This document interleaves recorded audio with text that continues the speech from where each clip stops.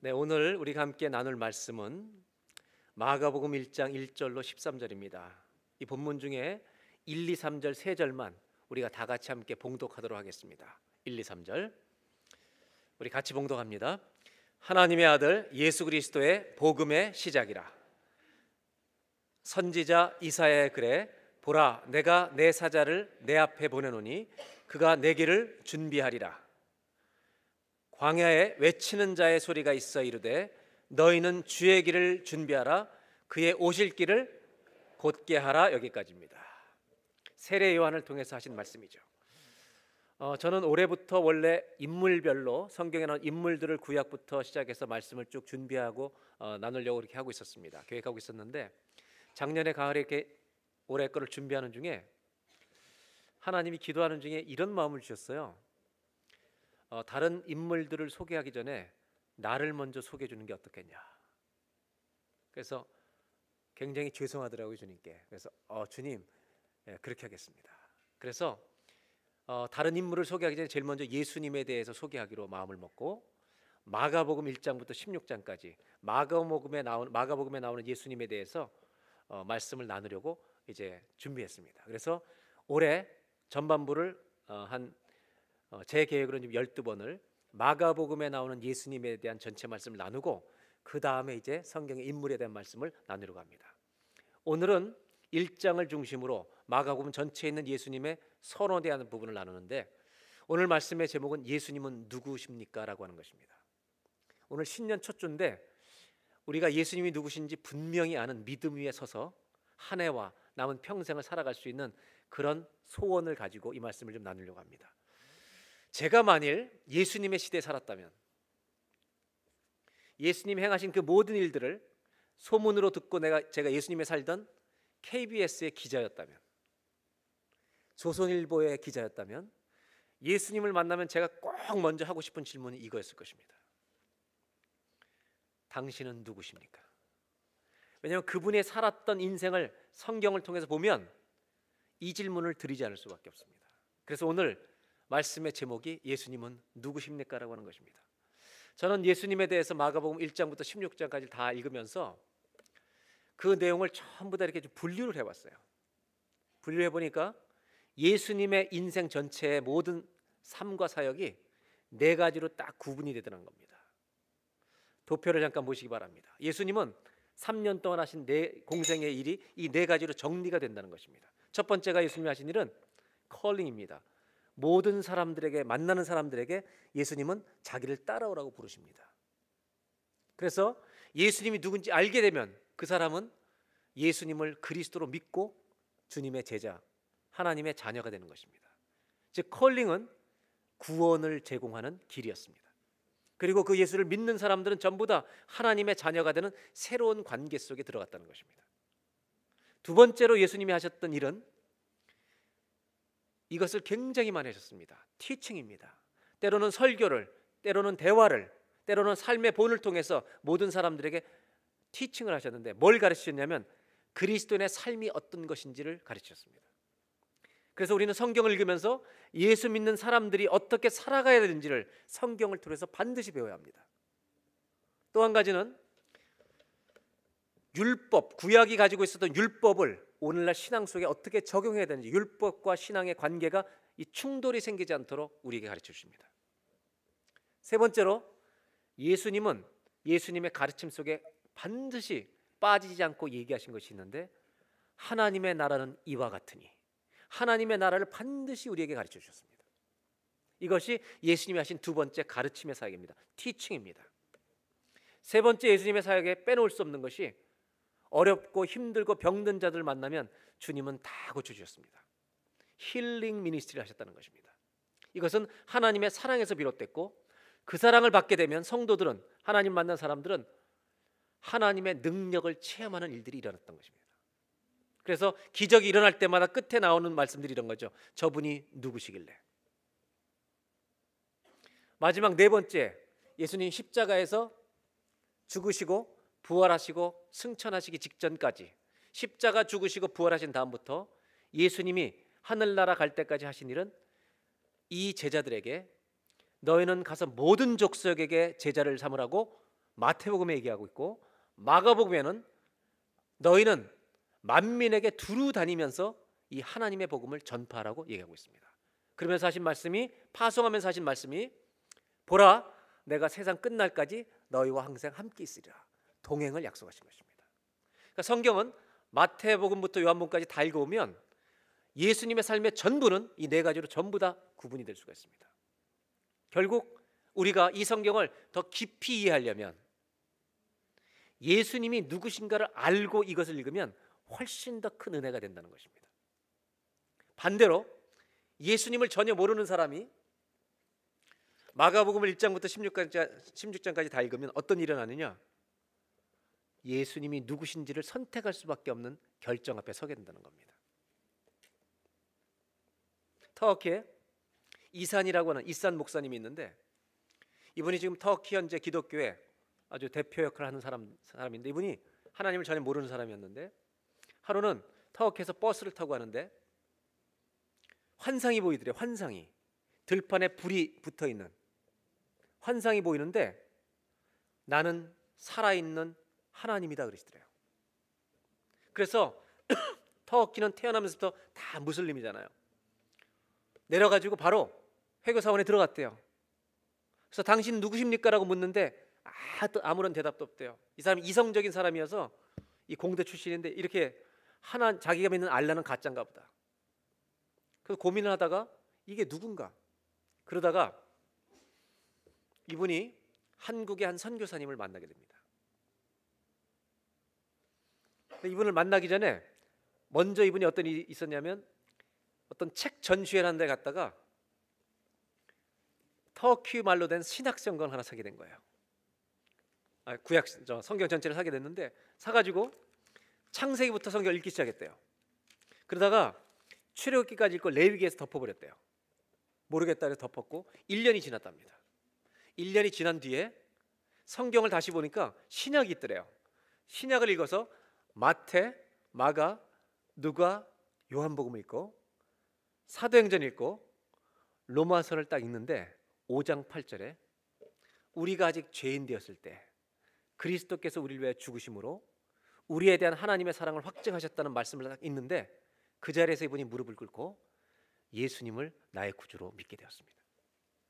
그리고 나서 궁금해서 자기네 나라에 있는 종교의 자유는 있으니까 성서 공회에다 연락을 해서 연결했더니 한국 선교사님을 소개해줘서 훈련을 받아가지고 지금 기독교의 지도자가 되어 있습니다. 저는 그분을 직접 만나서 교제를 했는데 이런 걸 전 체험한 거예요. 하나님을 전혀 모르는 사람이 성경을 읽으면 어떤 일이 일어나느냐? 예수가 누군지 알게 될 줄로 믿습니다. 이것이 성경입니다.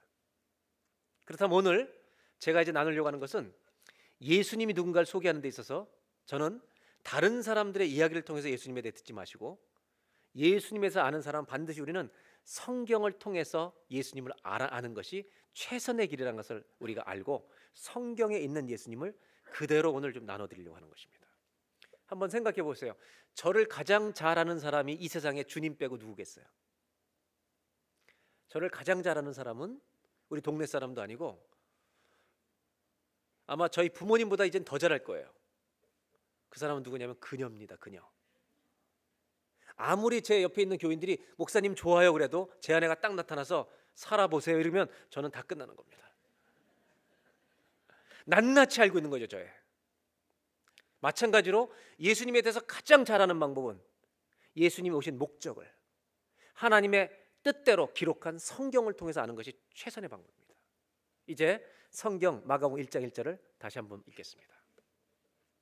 하나님의 아들 예수 그리스도의, 여러분 우리가 예수님을 하나님의 아들로 소개하는데, 이 아들이란 말은 우리가 읽을 때가 son이라고 해서 자녀로 번역을 하지만, 하나님의 아들 예수 그리스도란 말은 하나님으로부터 나왔다는 뜻일 뿐만 아니라 히브리에서는 어떤 용법이 있냐면 하나님과 예수님이 동격이라는 뜻을 갖고 있는 것입니다.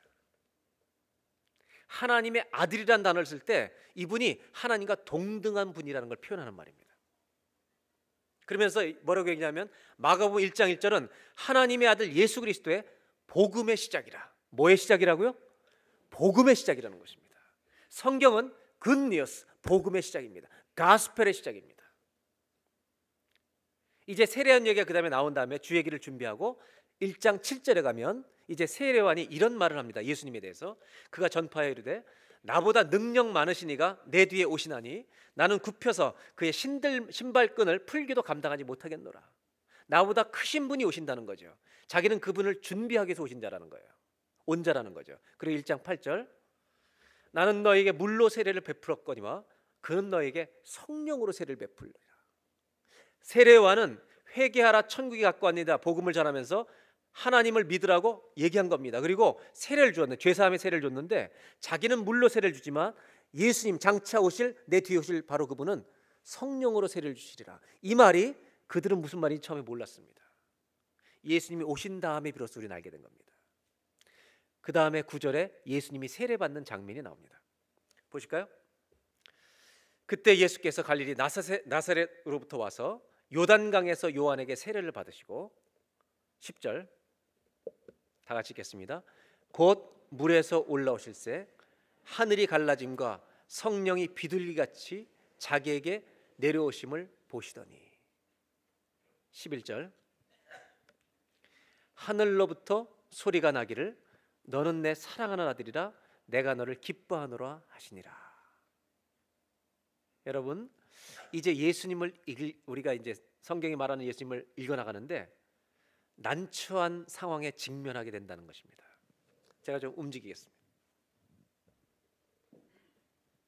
1장 10절을 좀 보여주세요.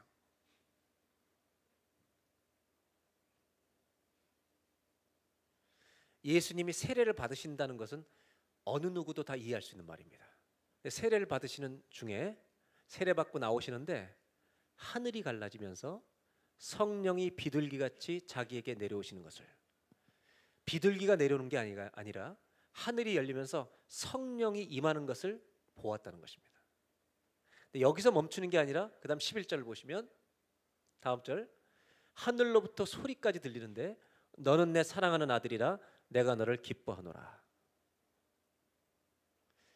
여러분 성경은 예수님을 믿기 어렵게 만듭니다. 사실은 제가 마가복음 전체를 읽으면서 마태, 마가, 누가, 요한 다 마찬가지인데 우리가 정말 솔직하게 제가 나누고 싶은 게 이겁니다. 예수님의 인생에 대해서 기록한 모든 성경 복음서, 사복음서에 표현 방법에 따라서 두 가지로 나눌 수가 있는데 한번 덮여 보실까요? 첫째는 한 사람으로서 역사적인 기록에 대한 기록들이 남아있고, 또 하나는 사람이 할 수 없는 영적이고 신비한 것들이 예수님과 연관되어 있는 기록이 섞여 있다는 말입니다. 다시 말씀드리면 성경에 있는 예수님을 우리가 읽으면 한 사람이라고 하는 이 예수 그리스도의 모습이라는 것만 나오는 게 아니라 인간으로 사신 예수 그리스도가 나오지만 또 한편에는 우리와 전혀 다른 영적이고 신비와 기적으로 가득 찬 예수님이 또 소개되고 있다는 것입니다. 그러면 저의 질문은 뭐냐면 예수님이 이렇게 기적을 행하시고 이런 일들이 있다는 게 만약 세례받고 나오는데 하늘이 열리고 성령이 임했다는 이런 일들이 성경에 기록되어 있다는 것이 하나님을 모르는 사람들이 예수를 믿기에 도움이 되어 방해가 돼요. 여러분 어때요? 예수를 믿기가 쉬워져요? 어려워져요? 쉬워져요? 어려워져요? 어려워진다는 것입니다. 그런데 성경을 보면 예수님은 부모님의 이름이 뭐였어요? 요셉과 마리아예요. 한 사람이었어요. 어디서 태어난지 아시죠? 베들레헴에서 태어났어요. 예수님의 국적이 어느 나라였어요? 이스라엘이었어요. 나사렛에서 자랐어요. 우리처럼 고향이 있어요. 그리고 세례를 받으셨어요. 십자가에 못 박혀 죽으셔서, 이것은 한 사람으로서 살 수 있는 충분한 기록이에요. 역사적인 기록이에요. 그런데 이분이 성령으로 잉태됐다는 거예요. 여러분 죄송하지만 오늘 오신 분 가운데 나는 성령으로 잉태된 사람이라고 믿는 사람 손 들어봐요. 이렇게 나는 부모님과의 관계를 통해서 온 게 아니라 성령으로. 여러분 미안하지만 대한민국에 자기가 예수 그리스도 메시아라고 성령으로 잉태돼서 내린 사람이라고 한 사람이 1,400명이 넘습니다. 근데 더 놀라운 것은 1,400명은 아니지만 그 중에 한두 명은 자기가 메시아라고 얘기를 하는데 그분을 믿는 사람들이 있다는 것입니다. 대단한 믿음입니다, 여러분. 이제 제가 얘기하는 포인트로 돌아오면, 예수님이 이 기록만 있으면 믿기가 쉬운데 영적인 기록과 신비로운 기록들이 있어서 사람들이 예수 믿기가 어렵다는 것입니다. 가짜 같다는 것입니다. 하나님의 아들이래죠. 성령이 비둘기같이 내려온대죠. 무리를 걸으셨대요. 여기서 산산조각 나는 겁니다, 믿음이. 성경은 예수님을 믿도록 도와주지 않습니다. 믿기 어렵게 만드는 식입니다. 나중에 우리가 믿고 있다는 거 있잖아요. 이거는 기적이라는 걸 알게 됩니다. 여러분, 하나 물어볼게요. 제가 여쭤볼게요. 예수님이 성령으로 잉태되신 걸 믿으십니까? 대답 못 하잖아요. 믿으세요? 제가 여러분들 아멘의 중요성을 가르쳐 드릴게요. 아멘은 그 말씀이 뜻대로 나한테 이루어집니다라는 뜻이에요. 여러분, 밴쿠버의 대학 졸업자가 99.9%래요. 이 세상의 모든 지식을 알아도 여호와를 경외하는 것이 지식의 근본이에요.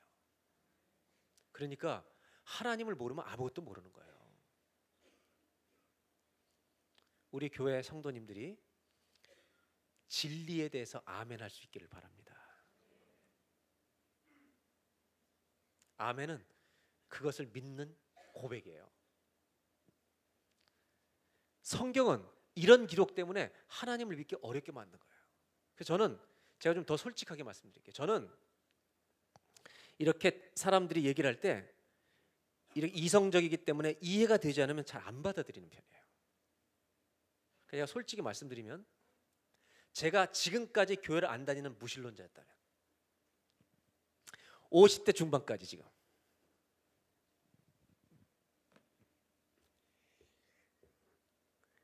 제가 예수를 정말로 안 믿는 사람이었다면, 저는 예수 믿는 바보 같은 것들을 다 설명해 가지고 이 설렁설렁 믿는 것들 전부 다 내가 안 믿도록 끌어낼 겁니다. 눈이 희미한 분들 있잖아요. 다 끄집어내 가지고 너 가짜야 다. 그래서 아마 교인들의 반은 제가 줄일 수 있을 것입니다. 자신 있어요, 저는. 왜? 안 믿는 사람들이 많기 때문에. 예수가 누군지 정말 모르고 교회를 다니는 사람들이 꽤 있기 때문에. 제가 정말 이렇게 생각해요. 제가 예수를 안 믿었다면 저는 반드시 그 짓을 했을 겁니다. 예수 믿는 것들이 너무 불쌍해 보이는 거예요. 이 얘기를 듣더니 제 아내가 하나님은 살아계십니다 그러는 거예요. 제가 무슨 얘기를 해드리려냐면, 성경에 예수님을 소개할 때 한 사람으로서 산 얘기만 있는 게 아니라 영적이고 신비한 얘기가 섞여 있기 때문에 하나님을 모르는 사람들이 예수 믿는 건 어렵다는 것입니다. 여러분, 우리가 철학을 공부하면 소크라테스, 플라톤, 아리스토텔레스 이 세 사람은 철학의 기본입니다. 철학의 틀을 세운 사람입니다. 우리가 그 사람들의 책을 아직도 읽습니다. 그런데 이 세 사람들이 언제 살았는지 아세요? 소크라테스가 기원전 469년에 출생한 사람이에요. 그의 제자. 아리스토텔레스가 기원전 322년까지 살았던 거예요. 100몇십 년이 살았던 이 세 사람들의 책이 지금까지 읽히고 있는데, 예수님은 소크라테스가 태어난 지 470년 후에 460년이 지나 태어나신 겁니다. 그러면 예수님이 역사적인 실존 인물이라는 것을 인정하지 않는 사람은 아무도 없습니다. 왜? BC와 AD로 역사가 나뉘어 있기 때문입니다. 그런데 만일 성경이 예수님을 한 사람의 국면, 사람의 면만, 한 휴먼 비잉으로서 살았던 것만 얘기해 주면 사람들은 예수가 그런 분이라고 다 믿었을 겁니다. 우리한테 위대한 도덕을 남겨주신, 한 사람으로서 저렇게 목숨을 버려 사랑한 분은 이 땅에 없었다라고 하는 그 믿음은 가질 수 있었습니다. 그런데 안타깝게도 우리가 읽는 이 성경은, 성경을 읽는 모든 사람들에게 예수님을 한 사람으로만 믿는 믿음을 절대로 허락하지 않는다는 것입니다. 이것이 키포인트입니다. 그래서 사람이 행할 수 없는, 우리가 믿을 수 없는 기적들을 하나도 빼지 않고, 아니죠, 다 적을 수 없어 조금밖에 적어놓지 못했던 것입니다. 이 땅의 대부분의 사람들이 예수가 역사적 인물 다 믿습니다. 그러나 그분이 하나님이시라는 거 못 믿겠다는 겁니다. 그래서 심지어 신학자들 중에는 이런 사람들이 있었습니다.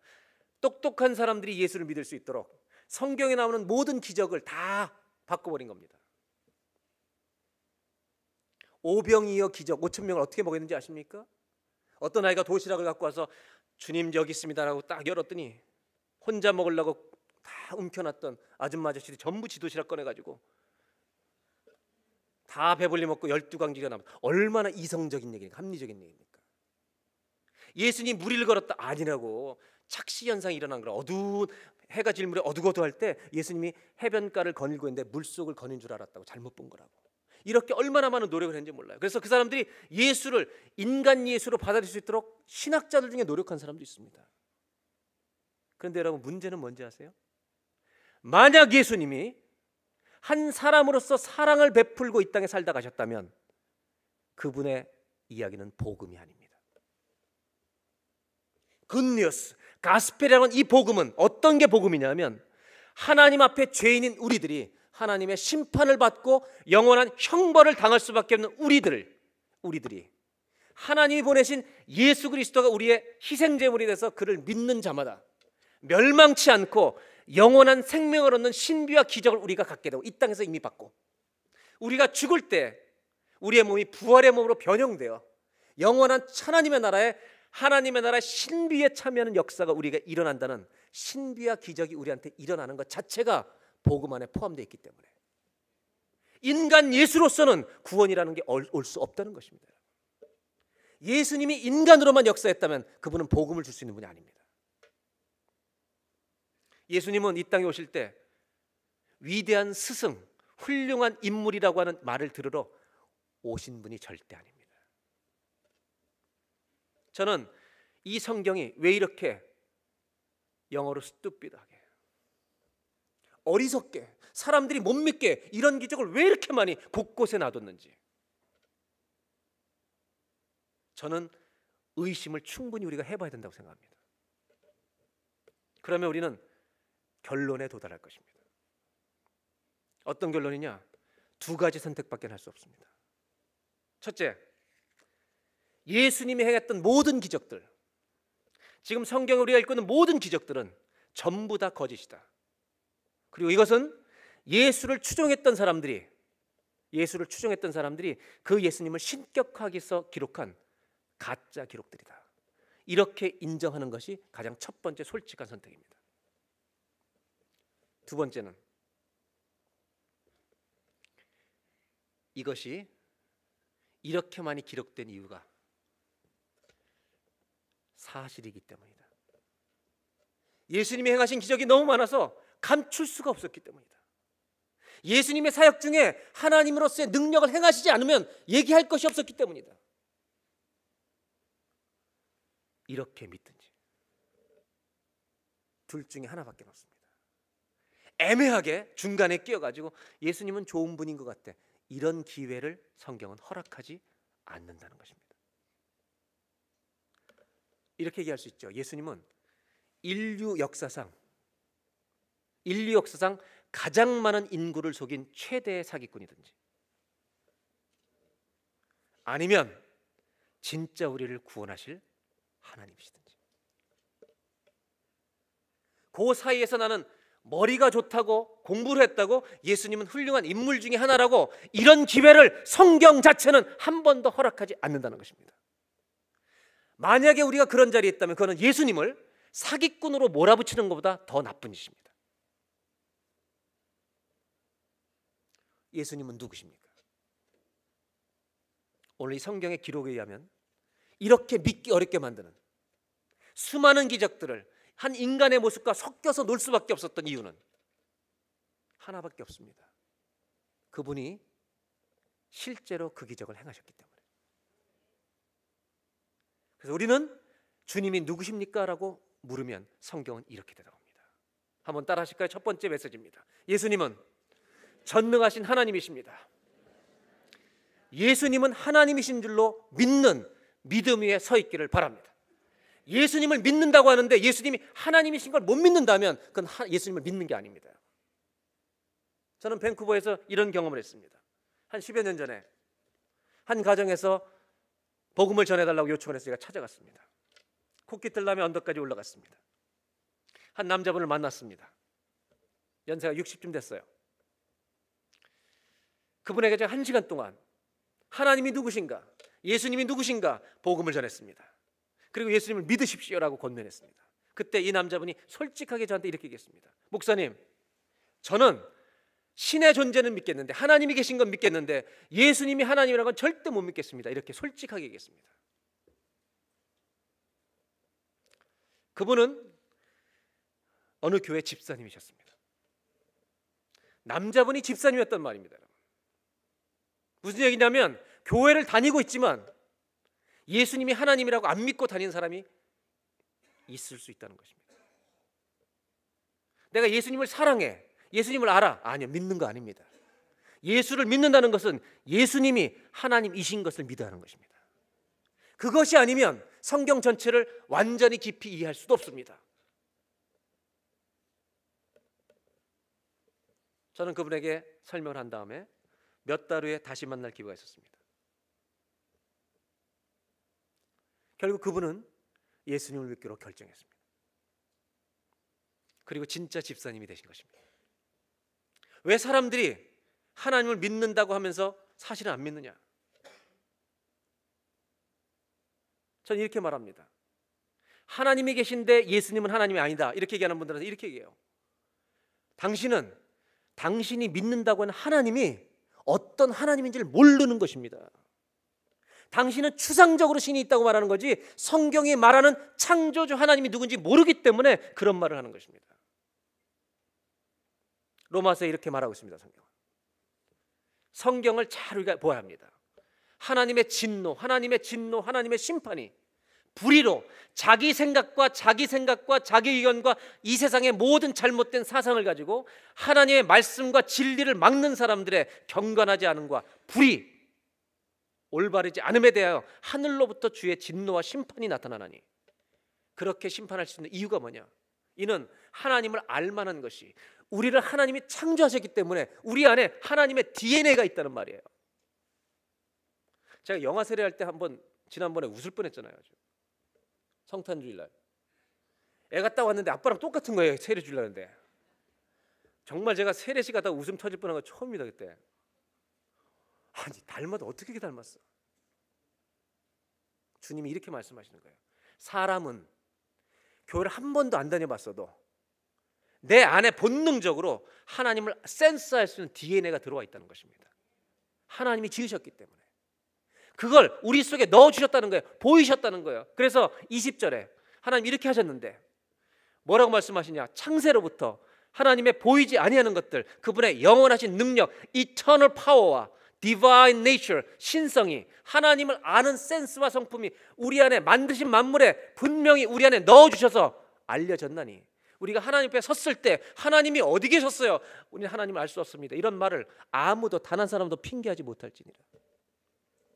하나님은 심판할 때 자신이 있으시다는 거예요.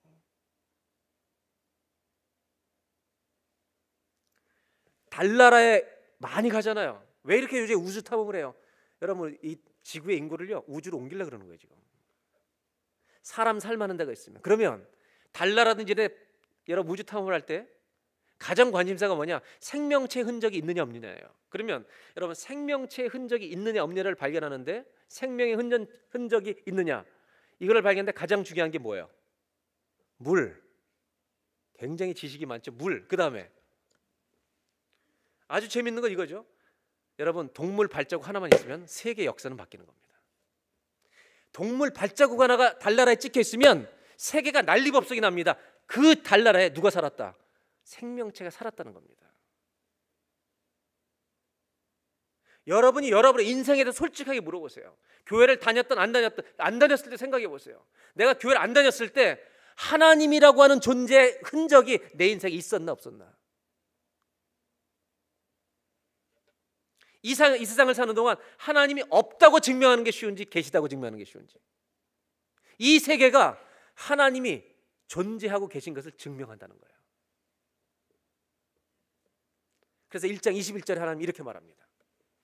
하나님을 아는데, 하나님에 대해서 알 수 있는 센스가 있는데 하나님을 영어롭게 하지 않고 감사하지 않고 생각이 허망해져서 미련한 마음이 어두워졌나니, 생각이 허망해졌다는 거예요. 그래서 점점 다크해지는 거예요. 스스로 지혜 있다나 어리석게 되어 자기가 똑똑하다고 말하지만 가장 어리석은 자가 됐다는 거예요. 23절, 썩어지지 않은 하나님의 영광, 이 영원하신 하나님의 영광을 다른 엉뚱한 우상들과 익스체인지를 해버렸다는 거예요. 바꿔버렸다는 거예요. 하나님은 이렇게 말씀하시는 거죠. 하나님을 모를 수가 없다는 거예요, 우리가. 그런데 우리가 이 죄가 하나님으로부터 자꾸 도망간다는 거예요. 그래서 심지어 하나님에게 영광을 돌려야 될 걸 그 믿음을 취하지 않고 썩어질 우상과 익스체인지 해버리는, 바꿔버리는 태로 인생을 살아가면서 지가 똑똑하다고 생각한다는 거예요. 여러분, 성경은 과학적인 랭귀지가 아니에요. 성경은 과학적인 언어가 아니라 관계적인 언어예요. 태초에 하나님이 천지를 창조하셨다, 이거는 과학을 스님이 설명하신 게 아니라 내가 너를 낳았다고 하는 근본적인 관계, 나는 너를 영원토록 사랑할 수밖에 없는 관계에 있다는 걸 말씀하시는 거예요. 우리가 자녀를 낳는데 아무 이유도 없이 끝까지 사랑하는 거예요. 그게 관계예요, 주어진 관계. 우리가 하나님을 믿을 때 우리가 부모를 믿는 것과 똑같아요. 우리가 아무리 지식을 많이 배워 똑똑하다고 해서 진짜 생물, 바이올로지를 전공해가지고 DNA, 피 연구를 너무 많이 해가지고 지식이 아주 박식해요. 어느 날 어머니 갑시다, 아버지 갑시다, 그리고 DNA 검사로 갑시다, 진짜 내 생부 생문지 검사로 갑시다. 내 딸내미가 공부를 그렇게 해서 검사로 왔다 그러면 다리몽댕이를 부러뜨리러 갈 거예요. 저는. 네가 똑똑하면 다야, 이 녀석아. 야, 이 바보 같은 놈아, 너는 네 부모가 누군지 모르지만 우리는 네 엄마가 배 째고 너 나는 걸 내가 봤어, 이놈아.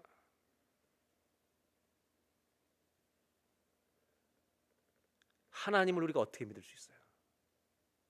과학이 아니에요. 성경을 통해서 그 하나님이 얼마나 우리를 사랑하신지 알면 그 사랑이 믿음을 갖게 하는 거예요. 여러분, 묻고 싶은 게 하나 있습니다. 오늘 새해 첫 주일인데 여러분의 인생을 통해 하나님이 살아계신 흔적이 있습니까?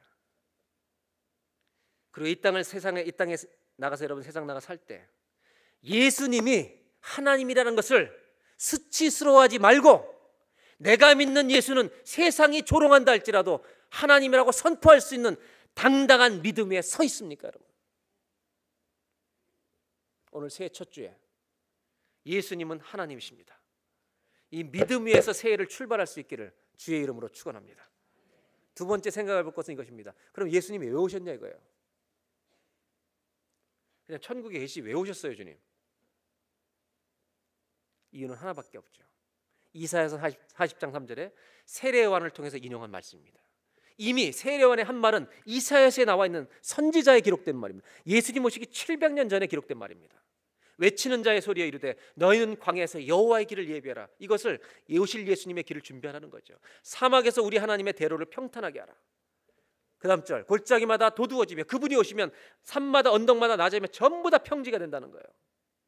그리고 40장 5절 다 같이 한번 읽겠습니다. 한 절만 시작. 여호와의 영광이 나타나고 모든 육체가 그것을 함께 오리라. 이는 예수님이 오시면 여호와의 영광이 나타난다는 거예요. 모든 육체가 주님이라는 걸 알게 된다는 거예요. 이 얘기를 세례요한이 선포하는 겁니다. 그러면 예수님이 오셨다는 것은 여러분 이걸 아셔야 됩니다. 왜 오셨어요? 예수님은 갑자기 오신 게 아니라 하나님의 언약과 약속과 계획 속에서 오셨다는 걸 잊지 말아야 합니다. 그래서 구약 성경은 전부 다 오실 예수님을 준비하는 신약의 그림자와 같은 책입니다. 구약에 왜 성막이 있습니까? 왜 지성소가 있습니까? 왜 속죄 제물을 드려야 합니까? 인간의 죄가 하나님의 앞에 서려면 반드시 사함을 받아야 된다는 오실 예수님을 준비하는 이야기들로 구약은 가득 차 있다는 얘기입니다. 하나님이 아담과 하와를 창조하시고 아담과가 처음으로 선악과 먹지 말라 했는데 범죄했을 때, 따먹고 범죄해서 나가 숨었잖아요. 영원한 생명을 잃어버렸잖아요. 죽음의 심판이 이르게 됐을 때 하나님은 읍스 안 그러셨어요. 당황하지 않으셨습니다. 어디 있느냐 물어보시고, 그리고 불러서 그들이 보는 앞에서 짐승을 죽이시고 그 에덴 동산에 피를 다 뿌리시고, 네 죄가 용서함 받으려면 반드시 네 죄의 대가를 누군가가 지불해야 된다는 것을, 대속의 원리를 철저하게 창세기 때부터 오실 그리스도를 가르치셨죠. 그리고 이렇게 말씀하시죠. 이 여인의 후손이 저 뱀 사단의 머리를 깨뜨리리라. 정확하게 하나님은 구원에 대해서, 오실 예수님에서 얘기하고 있는 거죠. 여러분, 우리는 하나님, 완전하신 하나님 앞에 설 때 우리는 죄사함을 받지 않으면 설 수가 없는 것입니다. 이 죄사함은 어떤 인간으로부터도 올 수 있는 게 아닙니다. 이것은 오직 하나님의 은혜로부터만 올 수 있는 것입니다. 그래서 예수님은 이 땅에 오신 목적을 마가복음 10장 45절에 당신이 직접 얘기해 주십니다. 인자가 온 것은 섬김을 받으려 함이 아니라 도리어 섬기려 하고, 자기 목숨을, 예수 그리스도의 목숨을 구약 성경에서 다 우리가 알아왔던 희생 제물로, 우리를 위한 완전한 제물로 내 목숨을 주기 위해서 왔다고 말씀하신 겁니다. 예수님이 왜 오셨습니까? 우리의 죄를 씻어주시는 제물 되기 위해서 오셨다는 겁니다. 그러면 왜 저희를 위해서 제물 되어 주셨어요? 라고 묻는다면 예수님은 요한복음 3장 16절로 대답하실 것입니다. 이유는 하나다. 하나님이 세상을 이처럼 사랑하사 독생자를 주셨으니 나는 너희가 좋아서 왔다. 한번 옆에 있는 분한테 얘기해 주시기 바랍니다. 예수님이 우리를 뭐라고 말씀하냐? 나는 네가 좋다고 말씀하시는 거예요. 한번 예수님의 입장에서 말씀해 주세요. 나는 네가 좋아. 나이에 관계없이 한번 반말로 해보세요. 나는 네가 좋아. 여러분, 예수님이 왜 오셨어요? 우리가 좋아서 오셨어요. 우리를 사랑하셔서 우리를 죽게 내버려 두실 수가 없어요. 부모도 자식된 아이들을 죽는 날까지 사랑하는데, 하물며 사랑의 근본이신 하나님, 너희가 나를 먼저 사랑한 것이 아니요 내가 너희를 사랑했나니, 사랑의 근본이신 하나님이, 그분이 베푸신 사랑의 길이는 얼마나 길 것이고, 그 사랑의 넓이는 얼마나 넓을 것이고, 그 높이와 깊이는 얼마나 높고 있겠습니까? 주님은 누구십니까? 한 가지밖에 없습니다. 답은. 한번 따라 하실까요? 성경은 이렇게 말하고 있습니다. 예수님은 사랑의 구원자이십니다. 여러분, 예수님만이 이 땅에 우리 죄인을 하나님 나라로 인도할 수 있는 유일한 구세주이신 것을 믿는 믿음에 서 있기를 주의 이름으로 축원합니다. 제가 이번에 마가복음을 읽다가 아주 재밌는 구절 하나 발견했습니다. 깜짝 놀랐습니다. 저는 오늘 12절 13절인데 보겠습니다. 다 같이 한번 읽어볼까요? 성령이 곧 예수를 광야로 몰아내신지라 사단에게 시험을 받으시며 들짐승과 함께 계시니 천사들이 수종들더라. 성경을 그렇게 읽었는데요, 들짐승과 함께 있었다는 얘기는 저는 이번에 지난 가을에 처음 봤어요. 들짐승이 영어로 뭐라고 됐냐면 The wild animals 이렇게 돼 있어요. 제가 이걸 읽다가 주님, 들짐승이라뇨. 여러분, 들짐승이라고 하는 거는 우리 집에서 키우는 펫들, 이 애완용 개와 고양이를 말하는 거예요? 아니면 들쥐, 그 다음에 살쾡이, 카요리, 사자, 후자예요? 전자예요? 후자죠. 그럼 들짐승은 같이 살고 싶은 거예요? 살고 싶지 않은 거예요? 살고 싶지 않은 거죠. 여러분 잘 모르시나 본데 들짐승 한 2마리 드릴까 집에? 한 쥐 2마리 키워보실래요? 들짐승이라는 표현은 부정적인 표현이죠. 살 수 없는 짐승들과 함께 광야에서 지내셨다는 뜻이에요. 그런데 이걸 읽는데 하나님이 뭘 딱 깨닫게 하시냐면 이걸 사람으로 읽으라는 거예요. 아주 클릭이 금방 되는 거예요. 아, 그 만나고 싶지 않은 인간하고 같이 사신 거예요? 여러분, 저는 성격이 예민해서 30대 초에는 싫어하는 사람하고 밥도 먹기를 싫어했습니다. 여러분, 정말 만나기도 싫은 사람하고 새끼밥을 계속 먹는다고 생각해봐요. 천국이 그런 것이면 못 갑니다. 우리가 변형되기 때문에 같이 살 수 있는 거예요, 여러분. 얼마나 힘들어요. 근데 저는 아니 내가 싫어하는 사람 밥 한 끼도 먹기 싫은데 예수님은 싫어하는 인간들과 어울려서 들짐승과 함께 계실 수 있는 분이라는 거예요. 주님의 성품. 그때 하나님이 제 머리를 때리시고 가슴을 친 말씀이 있습니다. 잘 들어라. 예수님에게 네가 들짐승이다. You are wild animal이라는 거예요. 저는요 가슴을 맞았습니다. 주님 앞에 서면 내가 와일드 애니멀이구나. 제가 이 말씀을 우리 스태프들하고 12월에 나눴어요. 그러면서 이 말씀만 딱 나눴어요. 요 구절만 있고 주님이 이것을 묵상하는데 이런 말씀을 주셨다고. 내 앞에 네가 와일드 애니멀인데 내가 너랑 산다. 갑자기 스태프들이 다 공감하는 거예요. Do you agree? 여러분 agree 하세요? 예? agree? 옆에 분하고 인사하실까요? 저랑 살아주셔서 감사합니다. 우리가 와일드 애니멀하고 사는 거예요. 그래서 저는 우리 스태프들이 그 말씀을 나눈 다음에 다 공감을 해서 여러분 저희 방에 올 때 조심하셔야 돼요. 제 방이나 우리 그 사무 행정 우리 세크리터리 있는 옆에 오실 때 행정요원이 들어오면 저는 뭐라고 부르는지 Hi Wild Animal 이렇게 불러요. 요즘은 줄여서 Hi WA 이렇게 부릅니다. 우리는 아주 격하게 공감합니다. 주님께 우리는 와일드 애니멀입니다. 그런데 우리를 함께 사랑해 주셔서 우리를 위해 죽어 주신 겁니다.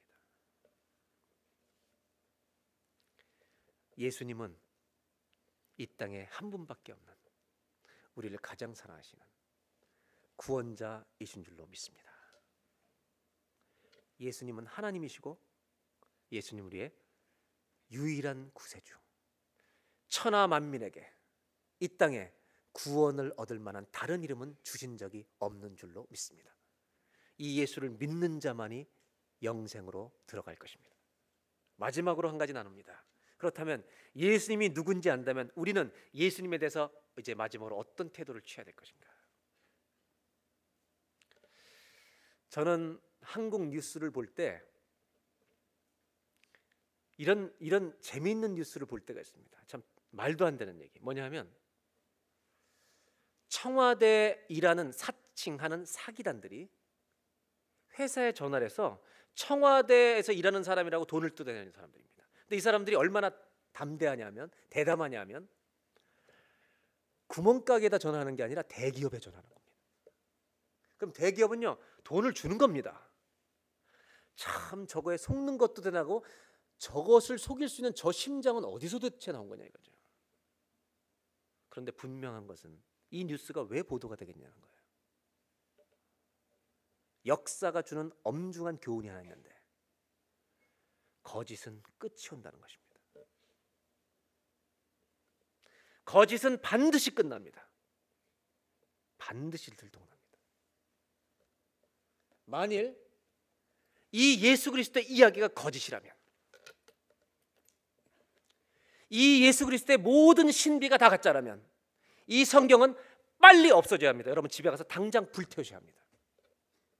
없어질수록 세상에 유익입니다.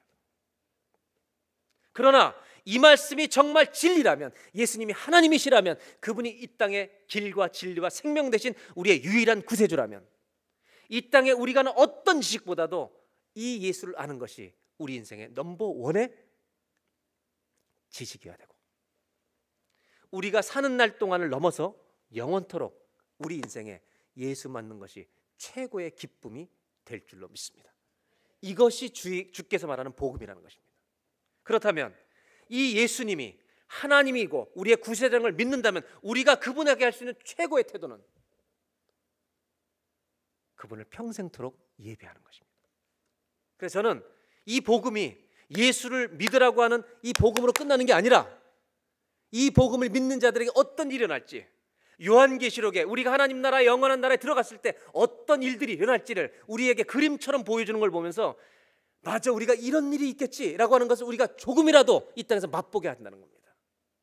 여러분 우리가 천국에 들어가면 어떤 일이 일어날지 이제 성경을 읽어드리겠습니다. 저는 이 말씀을 읽을 때 30대에 느낄 수 없었던 20대에 더 느낄 수 없었던 이제 50이 넘어보니까 이 말씀이 점점 더 리얼하게 와닿는, 더 감격 속에 들어가는 말씀이 되는 이유가 뭔지는 모르겠습니다. 저는 이 성경을 읽으면서 저 혼자 감동을 했어요. 그래서 이 계시록에서 어떤 일이 우리에게 앞으로 일어날지, 주님 만날 때, 우리의 구원자신 예수님을 천국에서 만날 때 어떤 일이 일어날지 이제 성경을 좀 읽어드리려고 합니다. 준비되셨어요? 들을 준비? 괜찮아요? 이제 해도? 이제 읽겠습니다. 요한계시록 7장 9절입니다. 2일 후에 내가 보니 각 나라와 족속 백성과 방언에서 수없이 많은 이 세계 전 지구에서 아무도 능히 셀 수도 없는 너무 많은 무리들이 나와서, 그 다음 흰 옷을 입고, 성도들이 다 흰 옷을 입고 손에 종려가지를 들고 예수님 마치 예루살렘 입성할 때 것처럼 보좌 앞과 어린 양이 누굽니까? 어린 양이 누구예요 여러분? 예수님 앞에 서서 10절 큰 소리로 외쳐 이르되 구원하심이 보좌에 앉으신 우리 하나님과 어린 양에게 있습니다. 이거는 억지로 하는 노래가 아닐 것입니다. 우리가 가슴이 터져서 우리가 부르게 될 것입니다.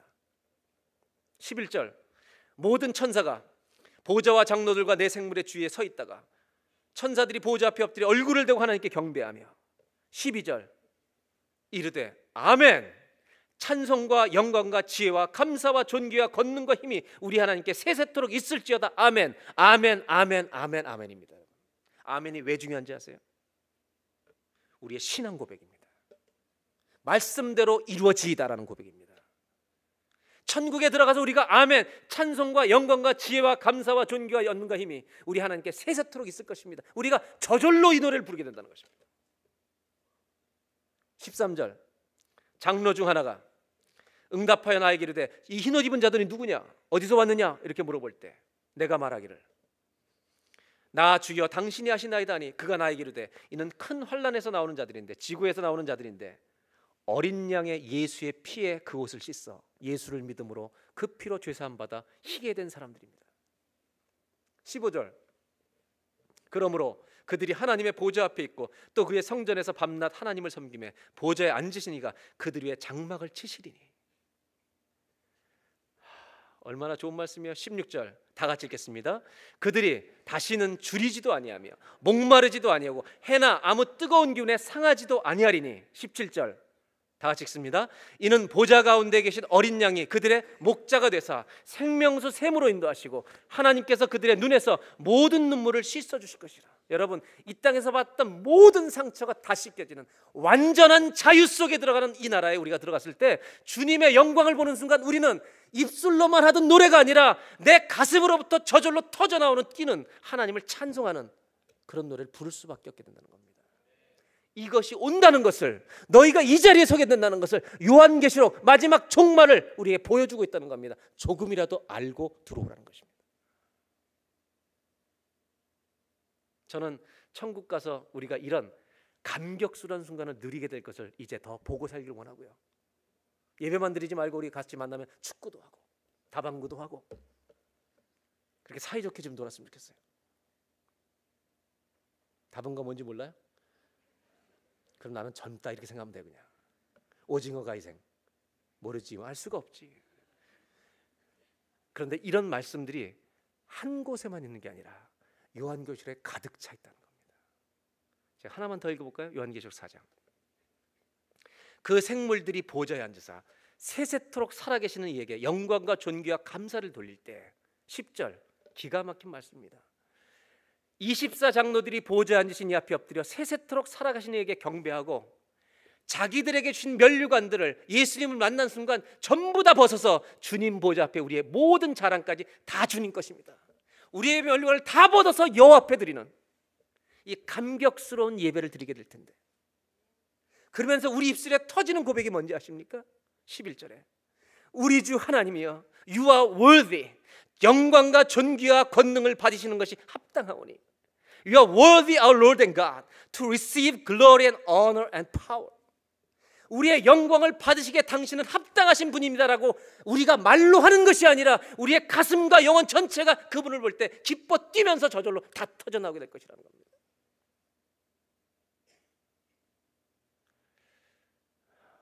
이 영광과 감격이 우리 모두에게 일어날 것입니다. 그래서 영어 찬양 중에 Worthy is the Lamb이라고 하는 찬양이 있어요. 그 찬양은 이 가사를 그대로 담고 있습니다. 우리의 모든 면류관을 당신께 we crown you now with many crowns. 우리의 모든 면류관으로 당신을 씌워드릴 것입니다. 예수님이 누구신지 안다면 우리가 그분께 갖춰야 될 태도는 이겁니다.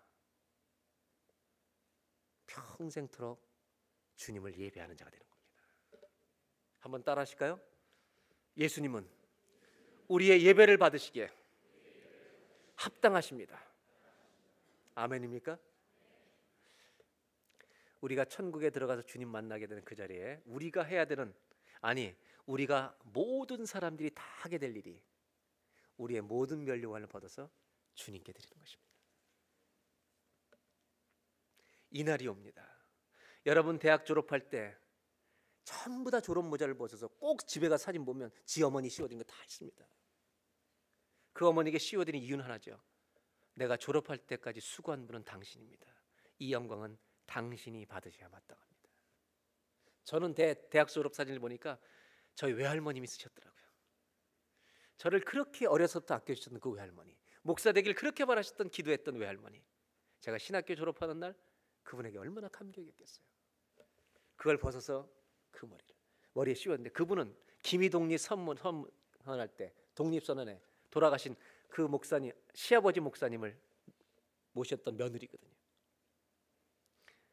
제가 그 외할머니 쓰여드린 건 하나죠. 할머니의 기도였습니다. 사람에게도 그렇게 하는데 우리를 영원한 생명으로 인도하신 하나님 만날 때 그 감격이 얼마나 터지겠어요.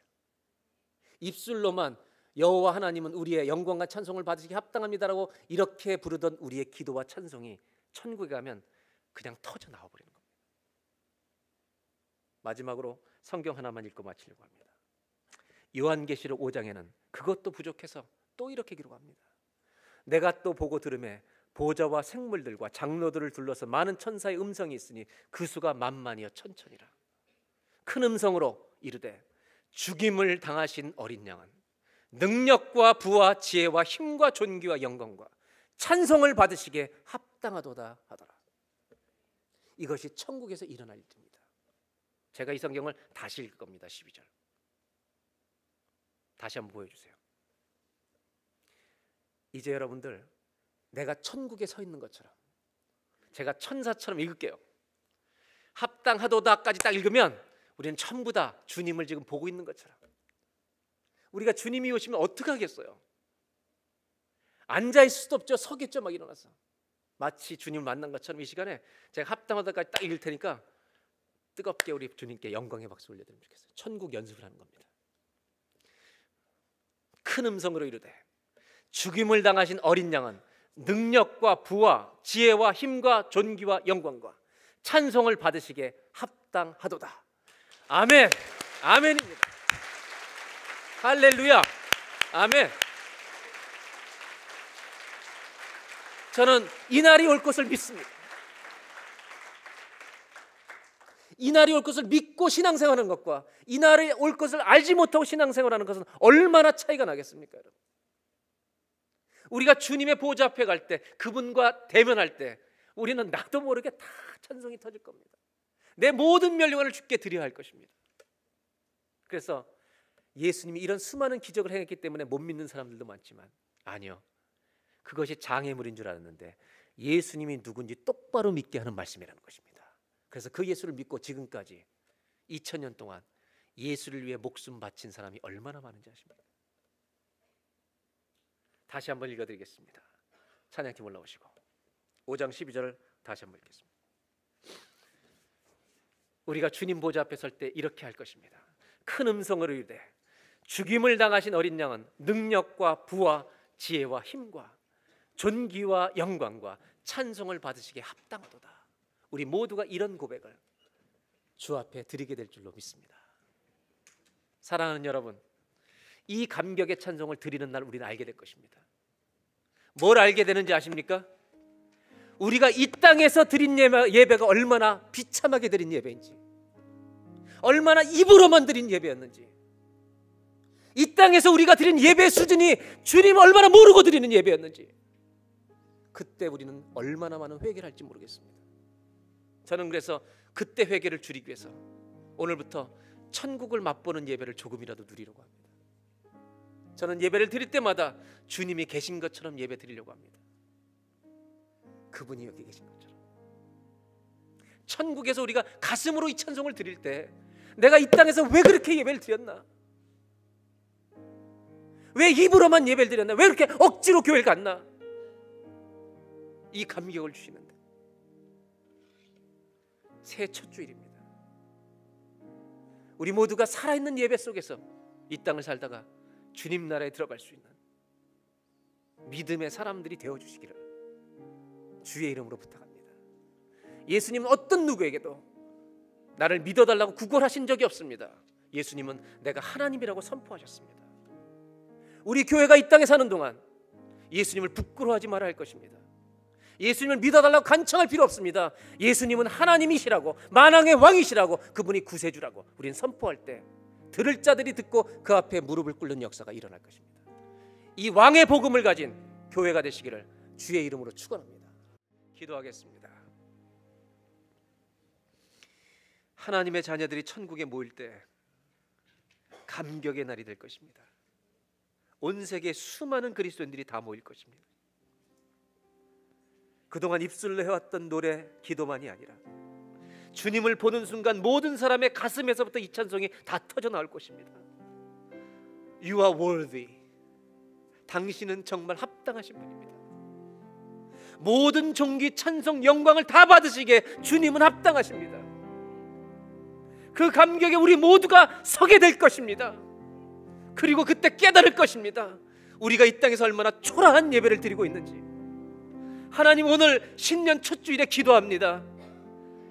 오늘 이 땅에 사는 동안 천국의 예배를 준비하면서 살아있는 천국의 예배를 맛보는 그런 예배를 드리게 하여 주시옵소서. 오늘 이 교회 오신 분들 가운데 정말 예수님이 나의 하나님이고 구세주인 걸 모르는 분이 있다면, 믿고 싶은 분이 있다면 여러분이 개인적으로 이 시간 기도하면서 고백하십시오. 그분 앞에 무릎을 꿇으십시오. 내가 예수님이 하나님인 걸 인정하지 않았습니다.